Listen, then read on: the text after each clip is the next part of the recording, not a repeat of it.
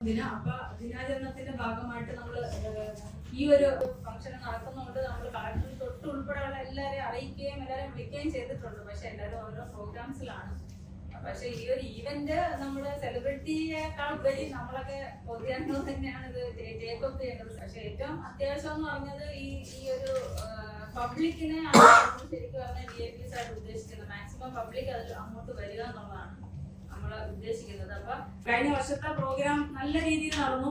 ഞങ്ങൾ BJT ഹാളിലാണ് തിരുവനന്തപുരത്ത് വെച്ച് നടന്നത്. അന്ന് ഈ ഫ്രീ കോണ്ടം പ്രൊമോഷൻ ഞങ്ങൾ പോലും മൊബിലൈസ് ചെയ്യാതെ അത്രയും യങ്സ്റ്റേഴ്സ് അപ്പുറത്തും ഇപ്പുറത്തും ഒക്കെ കോളേജസ് ഉണ്ട്, എല്ലാവരും വന്ന് ഫ്രീ കോണ്ടംസ് ഉണ്ടായിരുന്നു. എല്ലാവരും വന്ന് കോണ്ടം എടുത്തിട്ട് പോയി. അപ്പൊ ചിലർ ഞങ്ങളെ ക്രിറ്റിസൈസ് ചെയ്തു, എയ്ഡ്സ് കൺട്രോൾ സൊസൈറ്റി എന്താ സെക്സ് ചെയ്യാൻ പ്രേരിപ്പിക്കുകയാണോ കുട്ടികളെ കോണ്ടം കൊടുത്തിട്ട്. അപ്പൊ ഞങ്ങളുടെ മറുപടി ഇത്രേ ഉള്ളായിരുന്നു, ഞങ്ങൾ കോണ്ടം മാത്രമേ കൊടുത്തുള്ളൂ. കോണ്ടം മാത്രം കൊടുത്താൽ സെക്സ് ചെയ്യാൻ പറ്റില്ലല്ലോ, അതിനുള്ള സാഹചര്യങ്ങളും സൗകര്യങ്ങളൊക്കെ ഉണ്ട് എന്നുള്ളതാണ് പ്രൂഫാണ്.